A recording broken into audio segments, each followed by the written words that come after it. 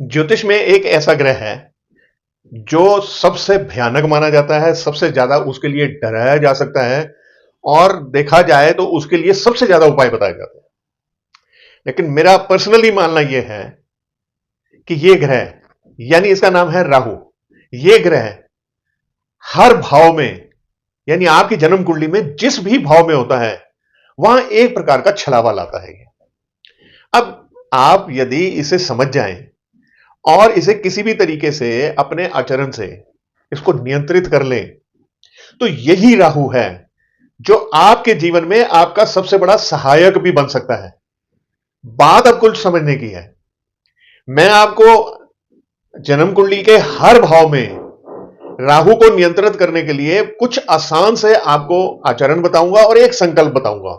बस आप उसको फॉलो कर लीजिए, अपनी जन्म कुंडली उठा लीजिए और मैं आपको डिस्प्ले में दिखा रहा हूं कि राहु पहले घर में होगा तो कहां पर आपको नजर आएगा। बस आप मेरी इस वीडियो को ध्यान से सुन लीजिए, कहीं नोट करना है तो नोट कर लीजिए। और इसी तरह से यदि आप इसमें अपने आचरण को बदल लेंगे तो मेरा मानना है, मैंने देखा भी है कि आपको किसी भी प्रकार का और उपाय करने की जरूरत पड़ेगी ही नहीं। ये राहु आपका सबसे बड़ा मददगार हो जाएगा, कैसी भी स्थिति में बैठा हो।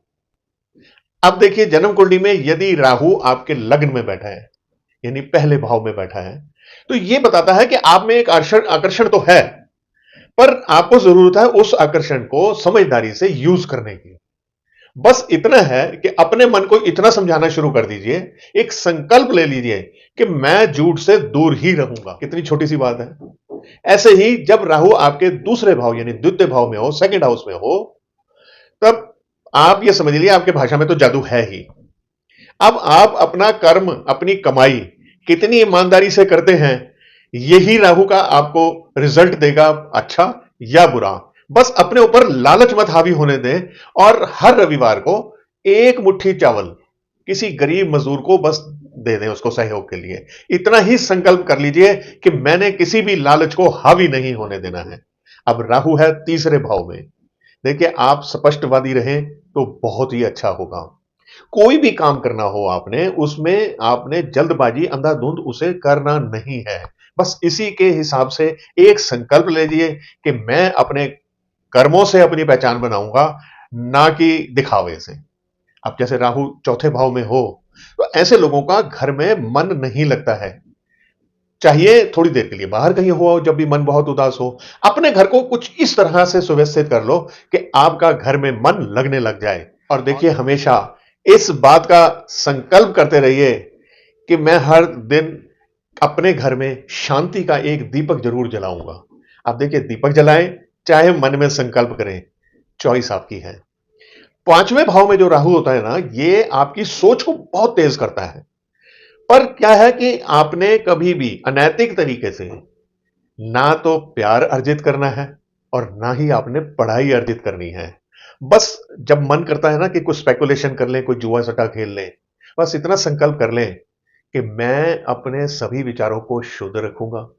और ऐसी कभी भी मेरे साथ स्थिति आ जाए कि मेरा मन बहुत ज्यादा इस चीज के लिए ललायत हो जिसे गलत कहा जाता है, उसे एक पेपर पे लिखिए और उस पेपर को जला दीजिए। बस धीरे धीरे आपका मन ऐसी चीजों से, ऐसी विकृतियों से दूर होने लग जाएगा। जानते हैं, जन्म कुंडली में राहु का सबसे अच्छा भाव कौन सा माना जाता है? वो है छठा भाव, यानी सिक्स्थ हाउस में। बड़ी मजबूत स्थिति में होता है यहां पर, लेकिन तब तक जब तक आपको अहंकार नहीं है। ठीक है ना?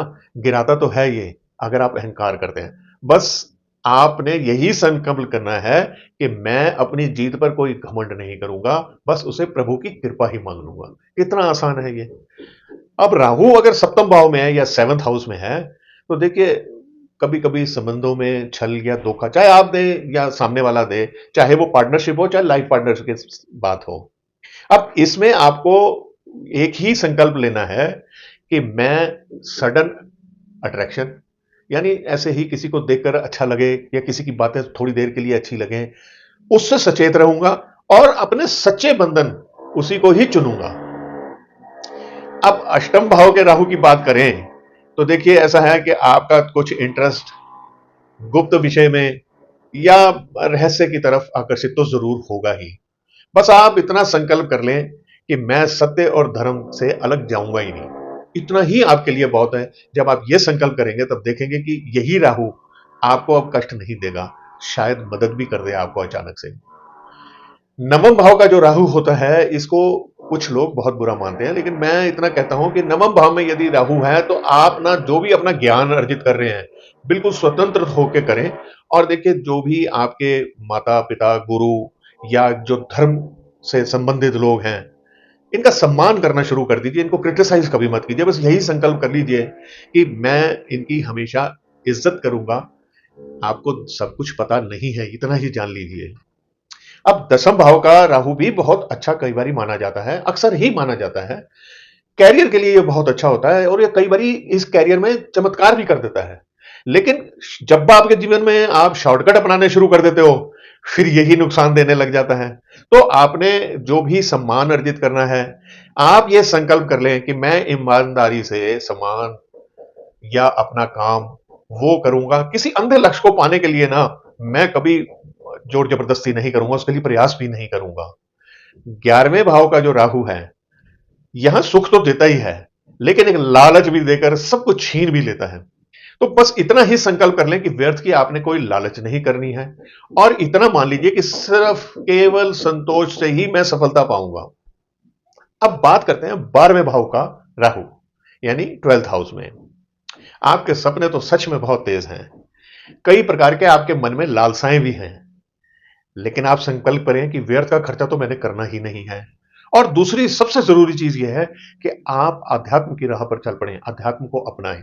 देखेंगे ये राहु आपके जीवन में बहुत कुछ लाकर आपको देगा। 12वें भाव का राहु विदेश से भी कमाई देता है, तो आप सोच सकते हैं उस बारे में भी, कोई ऐसा व्यापार या ऐसा कनेक्शन बनाए जिसमें आपको विदेश से या अपने शहर से दूर से कहीं से आपको इनकम बने। देखिए, राहु को कभी दबाने की कोशिश ना करें, ठीक है ना? और इसे समझ लें, बस इसकी चाल को समझ लें और उसी हिसाब से ऊपर उठने की कोशिश करें। केवल इतना ही चाहिए राहु के लिए। और बेवजह का जो हम भय और उल्टे सीधे जो हम उपाय करते हैं, इनसे जरा दूर रहिए। राहु के लिए बहुत कुछ और भी मैं आगे लाऊंगा, ऐसे ही जो आपके कर्मों से या छोटे छोटे बहुत से उपाय जो आपके भाव जन्म कुंडली के हिसाब से ठीक हो, आप खुद ही उपाय कर लीजिए ना। बस इसी प्रकार की छोटी छोटी सी बातें, बड़े छोटे छोटे से उपाय लेकर मैं आपके समक्ष आता हूं। मैं चाहूंगा कि आप मेरे इस चैनल को फॉलो सब्सक्राइब तो जरूर कर लीजिए। किसी प्रकार की आप समस्या से परेशान हैं और आप मुझसे पेड कंसल्टेशन चाहते हैं, तो नीचे मैंने व्हाट्सएप नंबर दिया हुआ है, आप मुझे कांटेक्ट कर लीजिए और अपॉइंटमेंट फिक्स कर लीजिएगा। ये वीडियो शेयर भी कर दीजिएगा और मुझे कमेंट्स जरूर किया कीजिए। आप जानते ही हैं कि मैं कमेंट्स का तुरंत रिप्लाई करता हूं। बस आप मुझे आज्ञा भी दे दीजिए। नमस्कार।